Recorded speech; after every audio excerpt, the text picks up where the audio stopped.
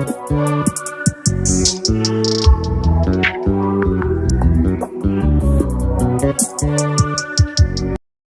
Everyone, hope all of you are doing well. आज से मैं अपने लेक्चर स्टार्ट करने जा रही हूँ। लेक्चर स्टार्ट करने से पहले मैं थोड़ा सा ब्रीफिंग करना चाहूँगी कि मैं कैसे प्रोसीड करूँगी। जैसे कि आप सबको पता है, केमिस्ट्री को हम मेनली 3 ब्रांचेस में डिवाइड करते हैं: organic, inorganic and physical.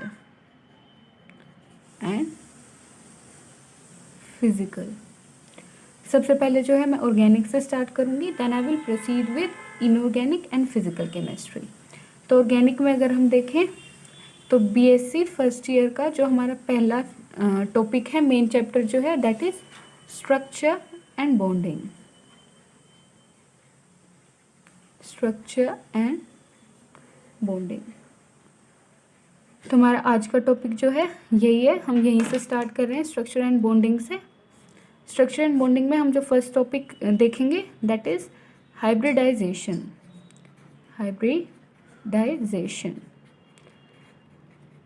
Hybridisation को हम एक एग्जाम्पल की हेल्प से समझने की कोशिश करेंगे।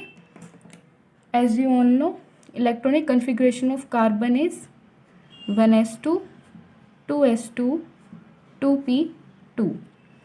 अगर हम इसको मोर प्रिसाइजली लिखना चाहें तो हम लिख सकते हैं 1s2 2s2 2px1 2py1 2pz0। As जो p सब शेल है उसको हम 3 ऑर्बिटल्स में डिवाइड करते हैं, that is px py and pz। तो अब यहाँ से आप क्या देख सकते हो, इसके पास 2 हाफ फिल्ड एटॉमिक ऑर्बिटल्स हैं, 2 half filled orbitals. It means it should show valency 2, but this is wrong. What was noticed? It is noticed that valency of carbon is 4, यानी टेट्रावैलेंट। Carbon shows 4 valency. अब इसे हम कैसे explain करेंगे carbon की tetravalency को? इसको explain करने के लिए हम एज्यूम करते हैं कि जो हम ले रहे थे कि 1s 2s and then 2p orbitals जो ले रहे थे, 1s में हमने बोला था 2 इलेक्ट्रॉन्स, 2s में 2 इलेक्ट्रॉन्स एंड देन px में 1 एंड py में 1। 1s 2s px 2py and 2pz। अब हम एज्यूम करते हैं कि जो ये 2s वाला जो इलेक्ट्रॉन है ये बॉन्डिंग से पहले ही एक्साइट हो जाएगा हमारे pz ऑर्बिटल में। तो ये एक्साइटेशन के बाद क्या बन जाएगा फिर? 1s 1 इलेक्ट्रॉन, यानी 1s में 1 इलेक्ट्रॉन, 2s में 1 इलेक्ट्रॉन एंड 2p में 2px1 2py1 एंड 2pz1। अब ये 4 हाफ फिल्ड ऑर्बिटल्स हो गए हमारे पास, 4 half filled orbitals. 4 half filled orbitals हैं तो ये क्या वैलेंसी शो करेगा? Show tetravalency. इसके टेट्रावैलेंसी शो करने का क्या मतलब है कि अब ये 4 अलग अलग एटम्स के साथ बॉन्ड बना सकता है। और अब ये जो 4 हाइब्रिड ऑर्बिटल्स हैं या 4 अलग अलग जो ऑर्बिटल्स बने, ये हर 4 हाइड्रोजन्स के साथ बॉन्ड बना सकते हैं। इनमें से अब 3 बॉन्ड जो हैं वो सिमिलर टाइप के होंगे। 3 बॉन्ड्स जो हैं कैसे होंगे? ps ओवरलैपिंग के होंगे। और एक बॉन्ड जो बनेगा वो बनेगा ss ओवरलैपिंग से। कैसे? क्योंकि हमारे पास 3 जो एक इलेक्ट्रॉन्स हैं वो p ऑर्बिटल्स में है, और ये जब s के साथ बॉन्डिंग करेंगे तो ps ओवरलैपिंग होगी। और जो 2s वाला इलेक्ट्रॉन है ये जब हाइड्रोजन के साथ बॉन्डिंग करेगा तो ss ओवरलैपिंग होगी। इस हिसाब से हमारे पास 2 टाइप के होने चाहिए, लेकिन ऐसा नहीं होता है। क्या होता है कि ऑल 4 जो कार्बन के 4 वैलेंसी हैं वो इक्विवेलेंट होती हैं। और 4 valency of carbon are equivalent, यानी कि सब सेम हैं। ये जो हम डिस्ट्रीब्यूशन कर रहे हैं कि 3 एक टाइप के हैं, एक टाइप का, ऐसा कुछ नहीं होता। All 4 valencies are equivalent. अब ये इक्विवेलेंट होती हैं और टेट्राहेड्रल शेप में होती हैं, इसको हम कैसे एक्सप्लेन करेंगे? इसकी जो एक्सप्लेनेशन के लिए हम जो कंसेप्ट देते हैं, that is to explain this we give a concept named hybridization.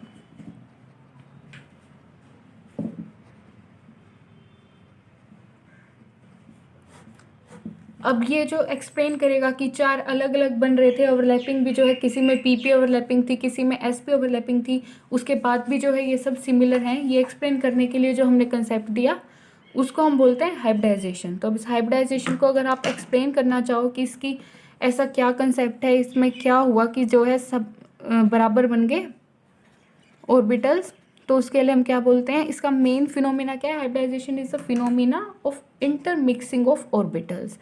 Intermixing of orbitals मतलब जो भी अलग अलग एनर्जी के ऑर्बिटल्स हैं वो इंटरमिक्स होंगे एक दूसरे के साथ, और इंटरमिक्स होके एक न्यू एनर्जी ऐसे ऑर्बिटल्स बनाएंगे जिन सब की एनर्जी और शेप जो है सिमिलर होगी। और अब जो ये अलग अलग एनर्जी के ऑर्बिटल्स ये बना रहा है, क्या बताया हमने कि इंटरमिक्सिंग ऑफ ऑर्बिटल्स होगी, उसके बाद जो है फॉर्मेशन होगी, formation of new orbitals having similar energy and shape.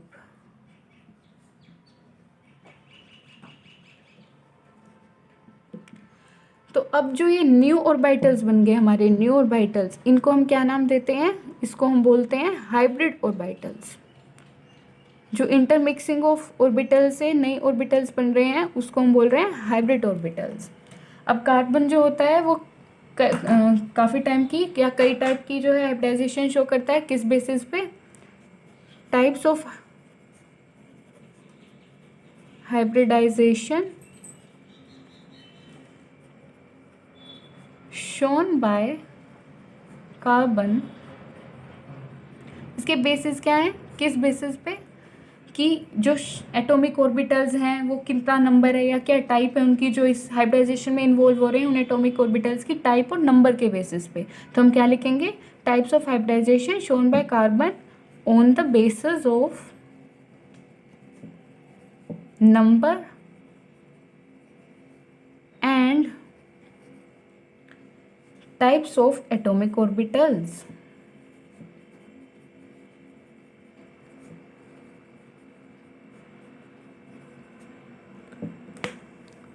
तो ये फर्दर तीन टाइप की होती है। फर्स्ट जो होती है टेट्राहेड्रल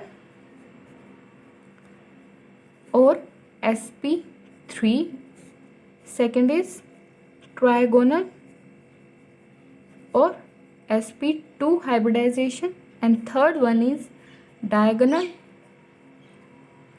और sp hybridization. One by one जो है अब हम इन तीनों को डिस्कस करेंगे। पहले हम देखेंगे कि टेट्राहेड्रल क्या है, फिर हम देखेंगे कि ट्राइगोनल क्या है, फिर हम डायगोनल के बारे में देखेंगे। तो फर्स्ट जो हमारा है वो है sp3 हाइब्रिडाइजेशन। sp3 हम देख रहे हैं सबसे पहले कि sp3 हाइब्रिडाइजेशन क्या है। sp3 में क्या होगा? जैसे कि इसके नाम से भी क्लियर है, sp3 यानी कि 1s ऑर्बिटल और 3 p ऑर्बिटल्स, यानी 1s orbital and 3 p orbitals. ये 1s मतलब एक s, 3p मतलब 3 p ऑर्बिटल्स। ये मैं सब शेल को नाम नहीं दे रही हूँ, 1s 2s, these are number of orbitals, 1s orbital and 3 p orbitals. ये इंटरमिक्स होंगे और इंटरमिक्स होके क्या बना देंगे? 4 इज नंबर, मैं नंबर में ही लिख देती हूँ ताकि कंफ्यूजन ना हो। They will form 4 sp3 hybrid orbitals, sp3 hybrid orbitals. इनकी अरेंजमेंट कैसे होगी? अब इन 4 ऑर्बिटल्स जो हैं इनकी अरेंजमेंट sp3 में कैसी होती है? टेट्राहेड्रल अरेंजमेंट होगी। जैसे कि इसके नाम से भी क्लियर है, हम इसको टेट्राहेड्रल हाइब्रिडाइजेशन भी बोल रहे हैं। इसकी अरेंजमेंट जो होगी वो होगी टेट्राहेड्रल। अब टेट्राहेड्रल शेप कौन सी होती है? This is carbon and these 4 are arranged tetrahedrally. This is structure of methane, that is CH4. ये CH4 का स्ट्रक्चर है। इसमें जो है हम HCH, इस बॉन्ड एंगल का कितना होता है ये bond angle? That is 109 degree and 28 minutes. अब हम इसके ऑर्बिटल स्ट्रक्चर को एक्सप्लेन करेंगे कि अगर हम इसे मोलिकुलर ऑर्बिटल अगर इसके बनाएं तो कैसे बनेगा वो स्ट्रक्चर। ये बीच में एक कार्बन है, सेंट्रल एटम है जो हमारा, ये इसके p orbitals,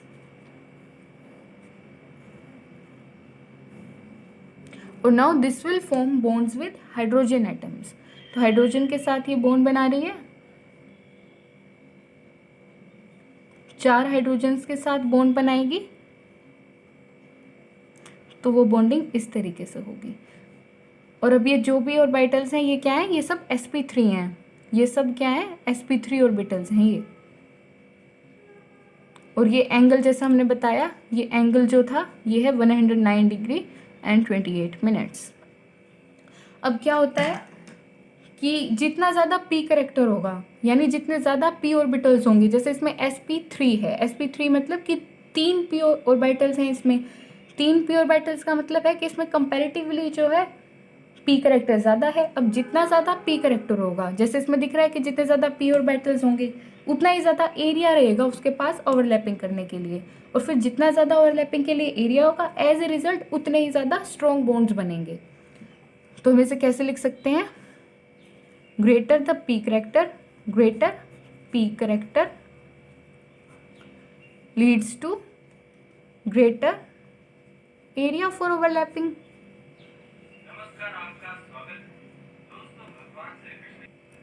greater area for overlapping. अब जितना ज़्यादा ओवरलैपिंग के लिए एरिया उतने ही ज़्यादा एज अ रिजल्ट क्या बोलेंगे हम? उतना ही ज़्यादा stronger bond. So more the area for overlapping stronger are the bonds.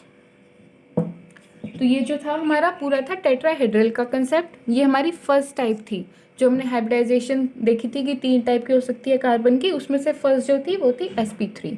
आपने नोटिस किया होगा कि मैं आपको डेफिनेशंस नहीं करा रही हूँ मोस्टली, और इसका एक रीज़न है कि अगर आपको कंसेप्ट समझ आ जाता है तो फिर आपको डेफिनेशंस जो है आप खुद से भी लिख सकते हो, आपको ज़रूरत नहीं है, आप खुद से लिख लेंगे। तो मेन फोकस जो हमारा रहेगा वो कंसेप्ट पे रहेगा कि अगर आप डेफिनेशन याद कर भी लेते हो बट अगर आपको कंसेप्ट नहीं आया then you will eventually forget those. So better understand the concept and you will be able to write the definitions by yourself too. तो हम कहाँ थे? सेकंड जो है हम देख रहे हैं ट्रायगोनल। सेकंड टाइप जो थी sp2 टाइप, या फिर ट्रायगोनल बोल सकते हो आप इसे, ट्रायगोनल हाइब्रिडाइजेशन। इसके नाम से जैसे क्लियर है कि उसमें एक sp3 में क्या था? एक s ऑर्बिटल था और 3 p ऑर्बिटल्स थे। इसमें क्या होगा? 1 s orbital and 2 p orbitals. sp3 में थे 3 p ऑर्बिटल्स, sp2 है तो यहाँ होंगे 2 p ऑर्बिटल्स। ये इंटरमिक्स होंगे और क्या फॉर्मेशन कर देंगे? ये 3 sp2 ऑर्बिटल्स की फॉर्मेशन कर देंगे। क्या बन जाएंगे? 3 sp2 हाइब्रिड ऑर्बिटल्स।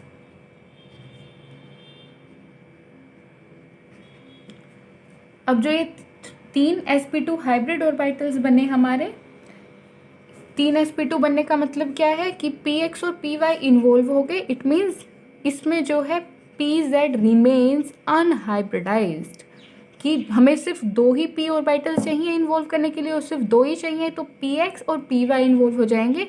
जो pz है वो क्या रहेगा? अनहाइब्रिडाइज्ड। सो अब इनकी शेप क्या होती है, अगर आप देखो कि ये किस प्लेन में होते हैं, सब एक ही प्लेन में होते हैं, सब एक ही प्लेन में प्रेजेंट होंगे। और कैसे प्रेजेंट होंगे, इनकी अगर आप शेप देखेंगे तो हमने बोला ट्रायगोनल शेप, एक ये होगा, एक ये, and then third one is like this. तो ये जो है this is the trigonal shape, यहाँ है सेंट्रल एटम हमारा, ट्रायगोनल शेप में होंगे ये। और जो इनके बीच एंगल होगा, एंगल कितना होगा, एंगल होगा 120 डिग्री का। ये एंगल यहाँ भी 120 है, यहाँ भी 120 है, यहाँ भी 120 है। इसका एग्जाम्पल अगर हम लें, जो sp2 हाइब्रिडाइजेशन है mostly double bond containing compounds में होती है, फाउंड इन डबल बॉन्ड, ये भी लिख ही लो कि found in double bond containing compounds, double bond containing compounds. इसका एग्जाम्पल क्या लेंगे हम, इसका एग्जाम्पल है इथीन। इथीन क्या है, दिस इज इथीन। तो अगर हम इसे, इसका मोलिकुलर ऑर्बिटल स्ट्रक्चर अगर हमें अभी कोई बनाने को बोले कि इसका मोलिकुलर ऑर्बिटल स्ट्रक्चर बनाएं, तो हम कैसे बनाएंगे। इसका मोलिकुलर ऑर्बिटल स्ट्रक्चर देख लीजिए एक बार। एक कार्बन ये है, एक कार्बन ये है, एक तो ये सिग्मा बॉन्ड से अटैच्ड है डायरेक्टली, एक इसके ये ऑर्बिटल्स हैं, pz जो है इसका, pz इसने बोला है कि ये अनहाइब्रिडाइज्ड रहेगा। अनहाइब्रिडाइज्ड रहने का मतलब क्या है कि इसने इंटरमिक्सिंग नहीं की, इसने इंटरमिक्सिंग नहीं की, इसका मतलब ये तो ओवरलैपिंग कर रहा है अपने डायरेक्ट, और इसकी ऐसा ओवरलैपिंग होगी, ओवरलैपिंग से क्या बनता है, पाई बॉन्ड। तो ये दो जो है पाई बॉन्ड हो गए। ये pz की ओवरलैपिंग शो की है हमने कि कैसे pz में ओवरलैपिंग होगी। फर्दर जो यहाँ ऑर्बिटल्स हैं ये बनाएंगे हाइड्रोजन एटम के साथ। ये देखिए हाइड्रोजन एटम को जो है मैं रेड कलर से शो कर रही हूँ ताकि थोड़ा सा अलग दिखे। ओके, तो यहाँ ऐसे हैं बॉन्ड प्रेजेंट। ये क्या है, ये तो जैसे आप देख रहे हो दो कार्बन यहाँ है, दो कार्बन यहाँ है, एक इसमें सिग्मा बॉन्ड है, एक इसमें पाई बॉन्ड है। तो ये एक पाई बॉन्ड है, ये सिर्फ दिखा रखा है मैंने कि ओवरलैपिंग कैसे हो रही है दो pz में। साइडवेज ओवरलैपिंग होगी तो pz ऑर्बिटल्स में। ठीक, अब ये क्या है, ये है जो हमने बोला था कि 3 sp2 ऑर्बिटल्स बनेंगे। 3 sp2 में से एक ये हुआ और एक ये हुआ। और अगर आप देखोगे कि आप बोलोगे ट्रायगोनल शेप कहाँ है इसमें, तो आप इसको इस तरफ से देखो, एक ये, फिर ये एंड फिर ये। रेड कलर से दिखाती हूँ मैं, ये है इस तरीके से। तो इसमें एक जो है यहाँ था sp2, एक इसका sp2, एक यहाँ ओवरलैपिंग हो गई और दो ओवरलैपिंग जो है वो यहाँ हुई हैं। तो वही कि दो ट्रायगोनली अरेंज्ड हैं इसमें, 2 ट्रायगोनली हाइब्रिडाइज्ड एटॉमिक ऑर्बिटल्स,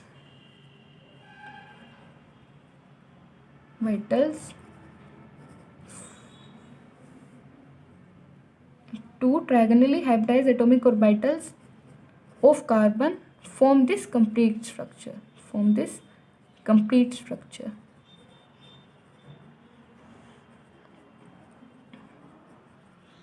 यही कि दो ट्रायगोनली अरेंज ऑर्बिटल्स हैं और उन दोनों ट्रायगोनली अरेंज ऑर्बिटल्स ने अलग अलग से मिलके इस कंप्लीट स्ट्रक्चर को बनाया। तो ये था हमारा sp2 हाइब्रिडाइजेशन। हमने sp3 देख ली, sp2 देख ली। Now we will proceed with sp hybridization, sp और diagonal, sp और diagonal hybridization। ये हमारी थर्ड टाइप की हाइब्रिडाइजेशन है। जैसे इसके नाम से क्लियर है, हम पहले देखते हैं कि sp3 में एक s ऑर्बिटल इन्वॉल्व था, 3 p ऑर्बिटल्स इन्वॉल्व थे, sp2 में एक s और 2 p ऑर्बिटल्स। अब ये sp है तो इसमें 1 s ऑर्बिटल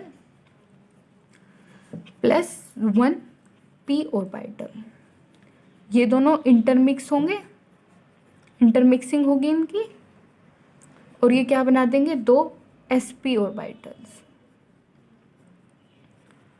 अब ये जो दो sp ऑर्बिटल्स बने ये किस तरीके से अरेंज होंगे, ये अरेंज होंगे pointing opposite directions, arrange in opposite directions, that is arrangement इनकी कैसी है, इनकी अरेंजमेंट है पॉइंटिंग इन अपोजिट डायरेक्शंस।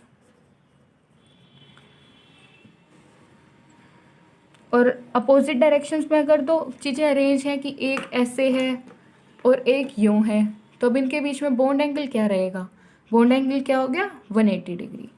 तो इनका बॉन्ड एंगल क्या हुआ फिर 180 डिग्री, 180 डिग्री।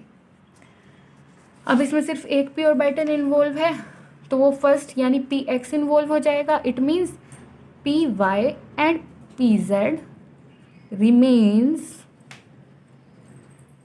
unhybridized,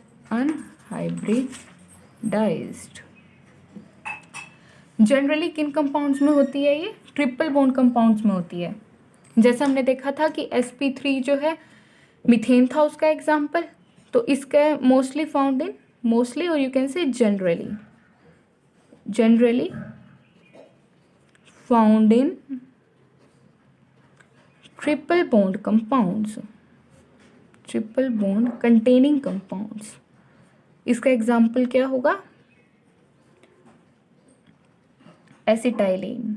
इसका सिंपलेस्ट एग्जाम्पल अगर हम देखें तो that is acetylene. Acetylene is C triple bond सी।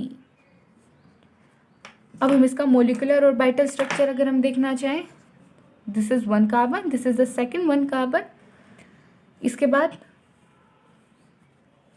ये हैं इनके s ऑर्बिटल, sp ऑर्बिटल्स। हमने क्या बोला था कि पॉइंटिंग इन अपोजिट डायरेक्शंस, तो ये भी इसकी अपोजिट डायरेक्शंस हैं। ये भी sp है, ये भी sp है, और ये मिलके क्या बना रहे हैं, सिग्मा बॉन्ड बना रहे हैं यहाँ, ठीक है। अब इसके अलावा जो दो ऑर्बिटल्स हैं उसमें क्या होगा, एक ऑर्बिटल ये है इस प्लेन में, सेकेंड ऑर्बिटल को हम लेंगे इस प्लेन में। देखिए अब मैं इसकी जो है साइडवेज ओवरलैपिंग अलग अलग कलर से दिखा देती हूँ, कंफ्यूज ना हो किसकी किसके साथ की।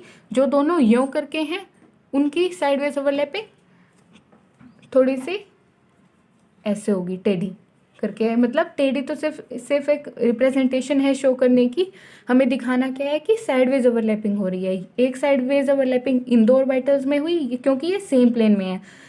सेम प्लेन में जो ऑर्बिटल्स होंगे उनकी जो है साइडवेज ओवरलैपिंग होगी एक दूसरे के साथ। इसकी ओवरलैपिंग इसके साथ नहीं होगी क्योंकि इनका प्लेन जो है डिफरेंट है।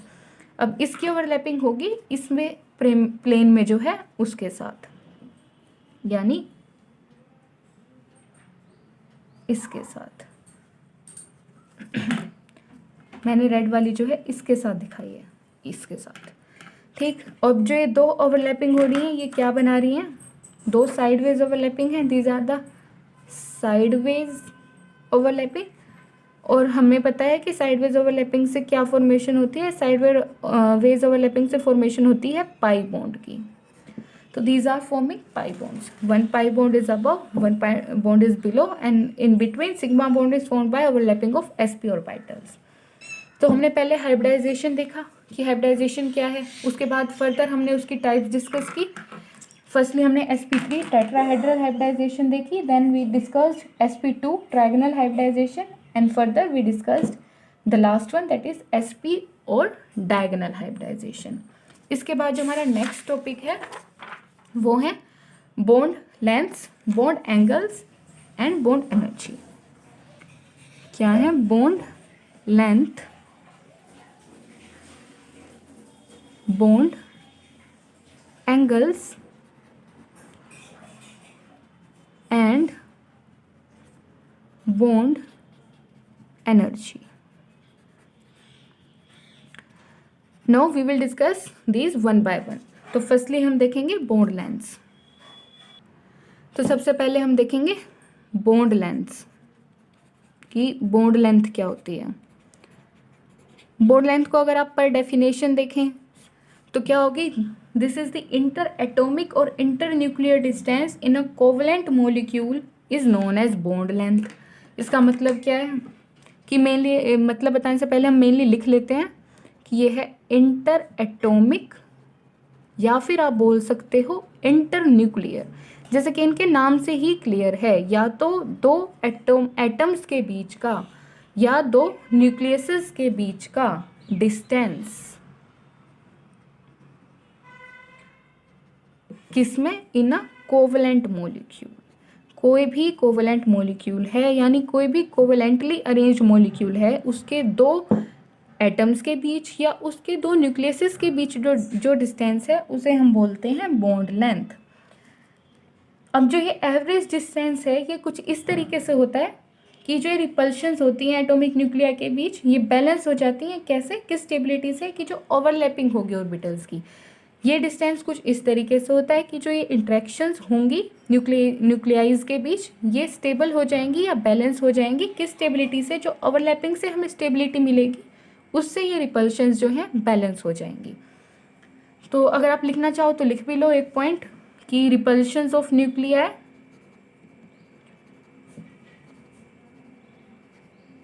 Are balanced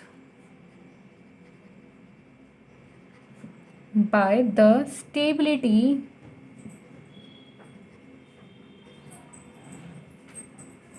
acquired by overlapping orbitals। Overlapping orbitals से जो हमें स्टेबिलिटी एक्वायर हुई उसकी हेल्प से जो रिपल्शंस होंगी न्यूक्लियाई के बीच वो बैलेंस हो जाएंगी। अब जो ये बॉन्ड लेंथ है ये क्या है, एक्सपेरिमेंटली डिटरमाइंड है। एक्सपेरिमेंटली डिटरमाइंड है मतलब कि आप किसी भी मॉलिक्यूल को देखकर जस्ट बाय सीइंग उसके ये नहीं बता सकते कि इसकी बॉन्ड लेंथ इतनी है, इसकी वैल्यू जो है that is experimentally determined. Experimentally determined तो मेनली एक्सपेरिमेंटली डिफ्रैक्शन की हेल्प से डिटरमाइन करते हैं हम।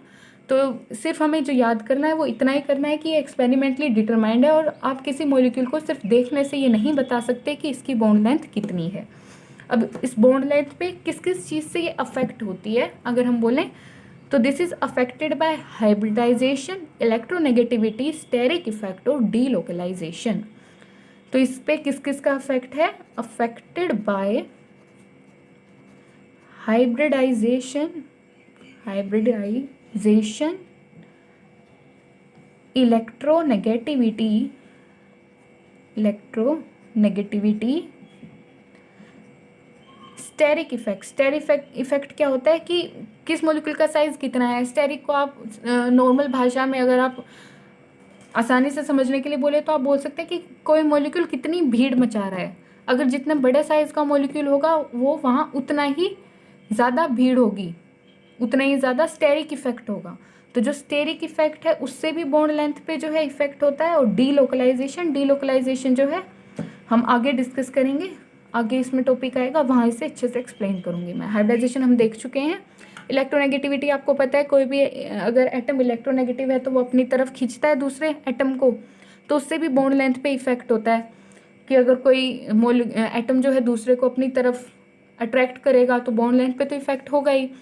एंड स्टेरिक इफेक्ट मैंने अभी बताया आपको स्टेरिक इफेक्ट क्या है। And delocalization we will further discuss it later. So this is all about bond length. Now we will proceed with bond angles. जैसे बॉन्ड लेंथ हमने बताया क्या कि या तो इंटर एटॉमिक डिस्टेंस है या इंटर आयनिक डिस्टेंस, इंटर न्यूक्लियर डिस्टेंस है। और बॉन्ड एंगल क्या है, अब दो साथ साथ जो बॉन्ड्स हैं कि जैसे पहले आप लिख लो कि दो अगर जो साथ में बॉन्ड्स हैं एडजेसेंट बॉन्ड्स, तो एडजेसेंट बॉन्ड्स मतलब जो साथ साथ दो बॉन्ड प्रेजेंट है उनके बीच का जो एंगल होता है उसको हम बॉन्ड एंगल बोलते हैं। Bond angle is the angle in between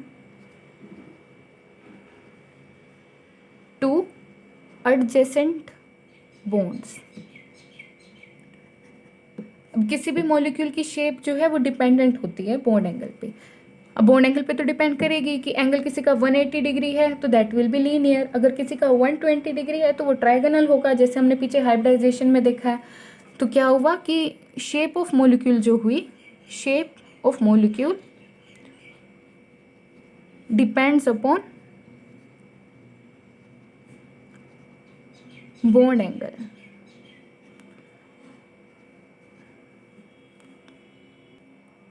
अब कुछ इंपॉर्टेंट मॉलिक्यूल्स हैं जिनके बॉन्ड एंगल्स हमें पता होने चाहिए, हमें याद होने चाहिए, क्योंकि यूजुअली ये काम में आ ही जाते हैं, मोस्टली पूछे जाते हैं। तो ये कुछ इंपॉर्टेंट मॉलिक्यूल्स मैं लिख रही हूँ जिनके बॉन्ड एंगल्स हमें पता होने चाहिए। इसमें एक जो है मीथेन, मीथेन का बॉन्ड एंगल जो है that is 109 degree and 28 minutes. ये मैंने अभी पीछे भी बताया था जब हमने sp3 स्ट्रक्चर देखा था। वाटर में बॉन्ड एंगल कितना होगा, 104.5 degree. Ammonia, ammonia is NH3, ammonia में बॉन्ड एंगल जो होता है that is 107 degree. And ethyne, ethyne is C triple bond C, ethyne में बॉन्ड एंगल है 180 degree. C triple bond C, ethyne that is acetylene, जो हमने discuss किया था sp हाइब्रिडाइजेशन में। वहाँ हमने देखा था कि बॉन्ड एंगल 180 डिग्री है, तो इसका स्ट्रक्चर जो है लीनियर है। तो ये बॉन्ड एंगल जो है फिक्स्ड है और ये मोस्टली काम आ जाते हैं, पूछे जाते हैं। तो ये कुछ तो हम चाह रही हैं, ये तो सिंपल इनके हम याद कर सकते हैं। उसके बाद जो था कि जैसे हमने देखा बॉन्ड एंगल जो है एक्सपेरिमेंटली डिटरमाइंड थी। आप जस्ट देख के नहीं बता सकते किसी भी मॉलिक्यूल में कि इसकी बॉन्ड लेंथ कितनी है किसी भी बॉन्ड की। सिमिलरली जो है बॉन्ड एंगल ये भी एक्सपेरिमेंटली डिटरमाइंड है। इसमें भी आप किसी मॉलिक्यूल को जस्ट देख के नहीं बता सकते कि इस मॉलिक्यूल में बॉन्ड एंगल जो है वो कितना है। इसके बाद हम फर्दर देखेंगे कि कुछ फैक्टर्स कौन से हैं।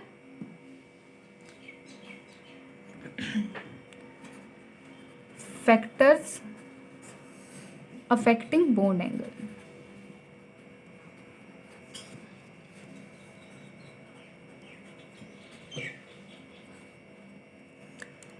इसमें जो पहला फैक्टर हम देखेंगे that is distortion of bond angle by unsymmetrical substitutions around the central atom. मतलब क्या है, पहले हम लिख लेते हैं heading, that is distortion of bond angles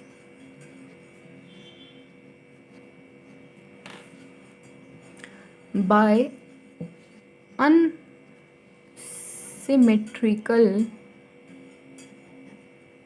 substitution around central atom। अब जो हमारा सेंट्रल एटम होता है उसके अराउंड अगर जो हम सब्स्टिट्यूएंट्स लगा रहे हैं उनका डिस्ट्रीब्यूशन अनइक्वल हो। अनइक्वल से हमारा क्या मतलब है, अनसिमिलर हो, यानी जो जो सब्स्टिट्यूएंट्स लगे हैं वो एक दूसरे से डिफर करते हैं, तो फिर डिस्टोर्शन होगी बॉन्ड एंगल में। इसका एग्जांपल हम लेते हैं कि मीथेन में क्या होता है, मीथेन दैट इज CH4। तो जो ये चार सब्स्टिट्यूएंट्स हैं, चारों सब्स्टिट्यूएंट्स क्या हैं, हाइड्रोजन। तो ये जब सिमिलर हैं, when all four are identical, all four substituents are identical, identical मतलब सब सिमिलर हैं। जब ये सब सिमिलर हैं तो एंगल कितना होता है मीथेन का, हमने अभी देखा था दैट इज 109 डिग्री 28 मिनट्स। लेकिन अगर इसमें से कोई एक सब्स्टिट्यूएंट चेंज हो जाता है, अगर मान लो हम एक हाइड्रोजन को Cl से रिप्लेस कर रहे हैं दैट इज CH3Cl, तो अब जो बॉन्ड एंगल है वो डिस्टोर्टेड होगा। तो इसमें सिर्फ इफेक्ट हम देख रहे थे कि क्या क्या फैक्टर्स हैं जिनसे बॉन्ड एंगल इफेक्ट होगा। उसमें पहला फैक्टर जो था वो यही था कि सेंट्रल एटम के अराउंड जब अनसिमेट्रिकल सब्स्टिट्यूशन होती है तो बॉन्ड एंगल डिस्टोर्ट होता है। दैट इज अगर इनमें से कोई एक सब्स्टिट्यूएंट अलग है, मतलब but if one of these groups is different, तो क्या होगा, एंगल जो है अपनी ओरिजिनल पोजीशन से डिस्टोर्ट हो जाएगा, देन एंगल इज डिस्टोर्टेड। ये था हमारा फर्स्ट फैक्टर। हमारा सेकंड फैक्टर क्या है जिस पे बॉन्ड एंगल डिपेंड करेगा, अफेक्ट होगा, वो है variations with repulsions and attractions, यानी variations with repulsive and attractive interactions.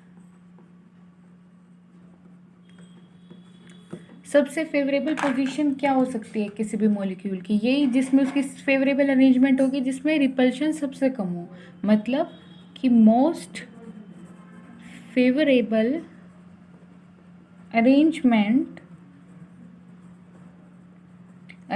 किसकी? मॉलिक्यूल और उसके सब्स्टिट्यूएंट्स की। Most favourable arrangement is one in विच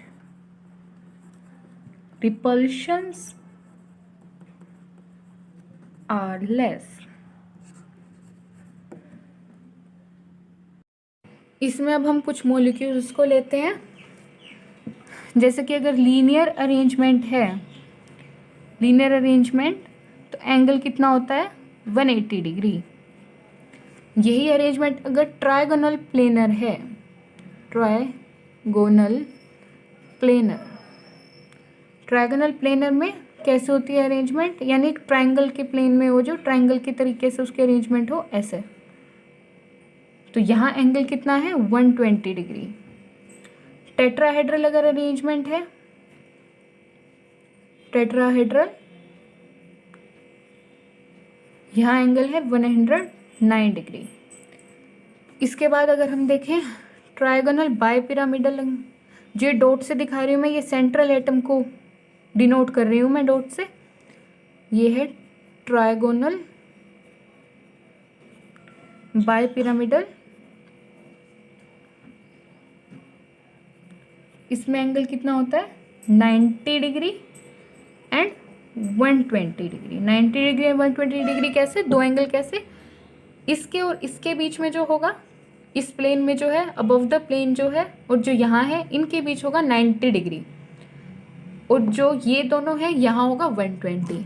जैसे ये जो एंगल है दिस इज 90 डिग्री, अब ये जो एंगल्स हैं ये हैं 120 डिग्री, इसलिए दो अलग अलग टाइप के एंगल्स हैं इसमें।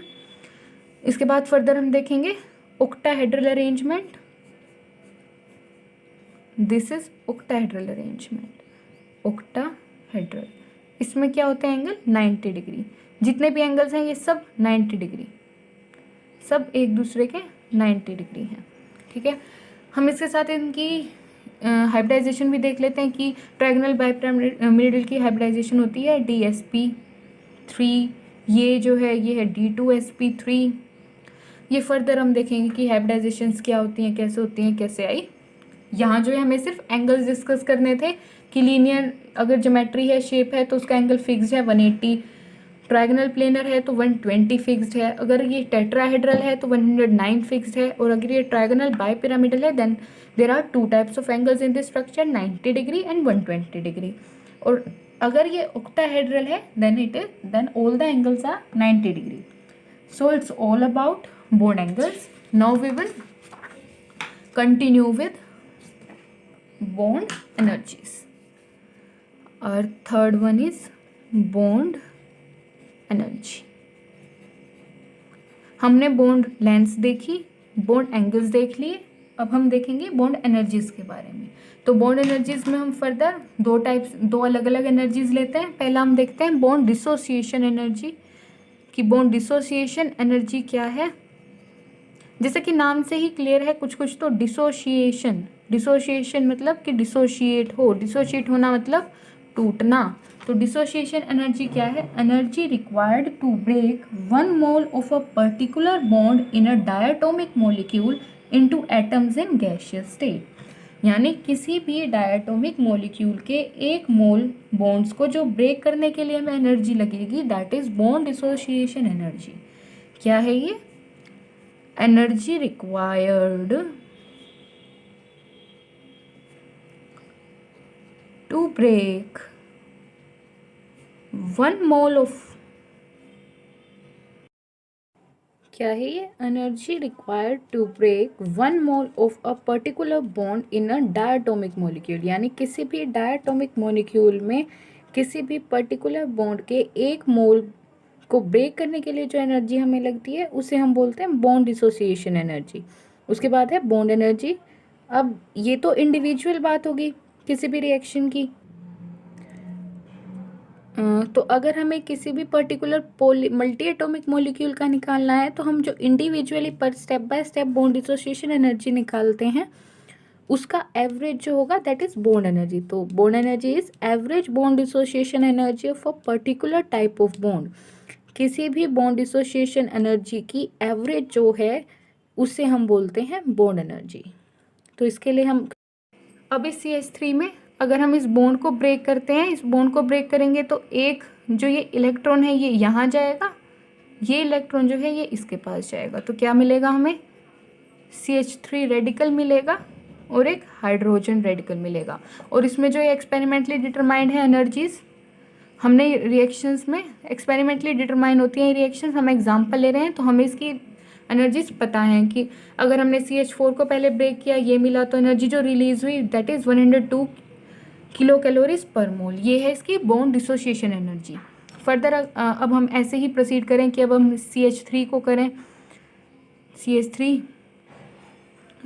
को हम कैसे लिख सकते हैं? CH2 है और एक हाइड्रोजन है। अब हम इसको ब्रेक करेंगे जैसे हमने ऊपर ब्रेक किया तो वही होगा कि CH2, अब CH2 के पास तो 2 आ गए हैं और एक ये, ठीक है। इसमें जो एनर्जी लगती है वो है 105 किलो कैलोरीज पर मोल। फर्दर हम इसी तरीके से लिखते हैं आगे कि अब CH2 को ब्रेक कर रहे हैं हम, फिर हम इस CH2 को ब्रेक करने से हमें मिला CH radical and hydrogen radical. यहाँ जो एनर्जी लगी वो थी 108 किलो कैलोरीज पर मोल। अब इस CH को हम करेंगे ब्रेक तो हमें क्या मिलेगा? C रेडिकल और एक हाइड्रोजन रेडिकल, और एनर्जी जो रिलीज हुई वो थी 83 किलो कैलोरीज पर मोल। अब ये सब क्या हैं? ये जो भी एनर्जीज हैं ये चार, ये क्या हैं? बॉन्ड डिसोसिएशन एनर्जीज हैं ये, कि हर बॉन्ड को डिसोशिएट करने में एक एक बॉन्ड को जो एनर्जी लग रही है वो बॉन्ड डिसोसिएशन एनर्जी हैं ये सब। अब ये सब बॉन्ड डिसोसिएशन एनर्जी है। अगर हमें बॉन्ड एनर्जी बतानी है तो हमने क्या बताया था? बॉन्ड एनर्जी है एवरेज बॉन्ड डिसोसिएशन एनर्जी। तो अब इन एनर्जीज का जो एवरेज होगा यानी average of all these energies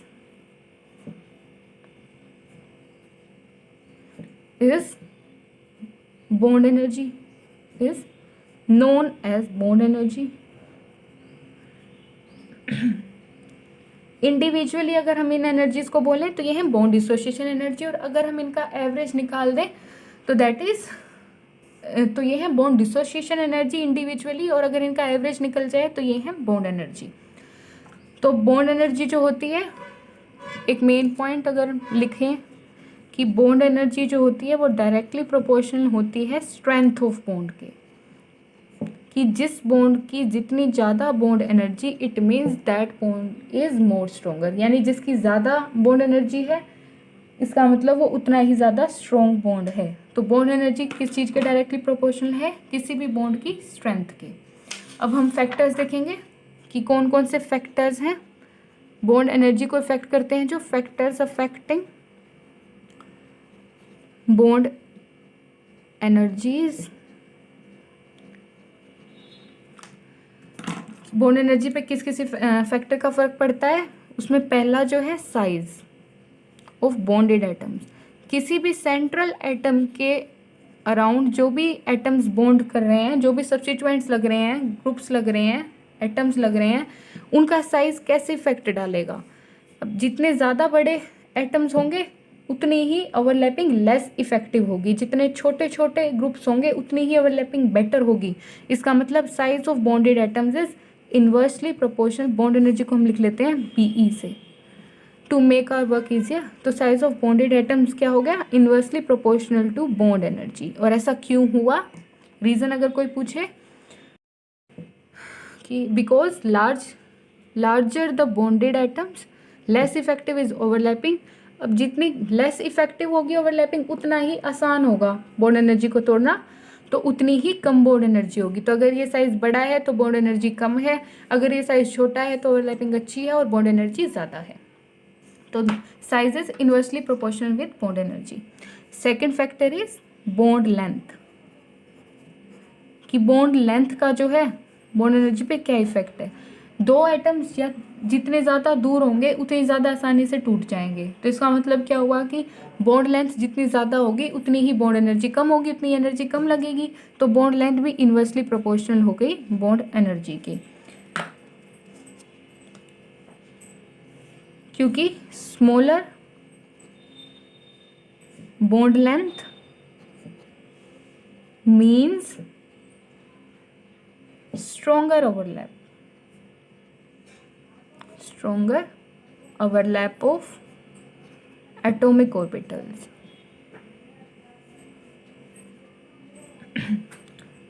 और जितना stronger the overlap, higher the bond energy required to break it. So bond length is inversely proportional to bond energy.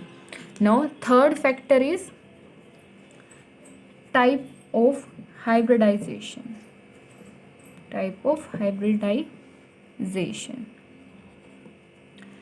जितना ज़्यादा परसेंटेज एस करेक्टर ज़्यादा होगा उतना ही हाइब्रिड ऑर्बिटल्स का साइज छोटा होगा।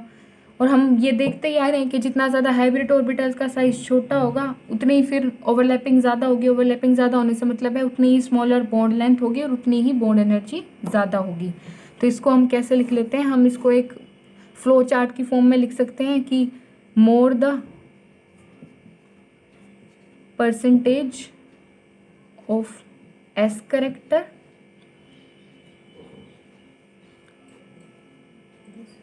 lesser the size of hybrid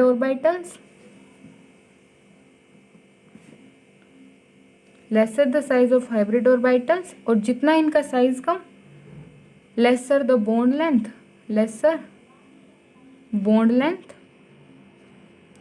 and more bond energy। जितनी bond length कम होती है उतनी ही बॉन्ड एनर्जी ज़्यादा लगेगी। बॉन्ड लेंथ कम होने का मतलब है लेसर बॉन्ड लेंथ से मतलब क्या हुआ कि स्ट्रॉन्ग बॉन्ड है, मीन्स स्ट्रॉन्ग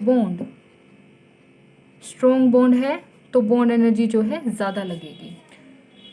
तो इससे आगे जो है अब हम नेक्स्ट वीडियो में कंटिन्यू करेंगे, कंटिन्यूड है ये। अब यहाँ तक का आई होप आप सबको समझ आया होगा। अगर किसी को कोई डाउट है तो अभी के लिए आप कमेंट सेक्शन में पूछ सकते हैं। If you like my video then like, share and subscribe my channel and don't even forget to press the bell icon. So see you soon with the next video. Till then, stay home, stay safe. Thank you.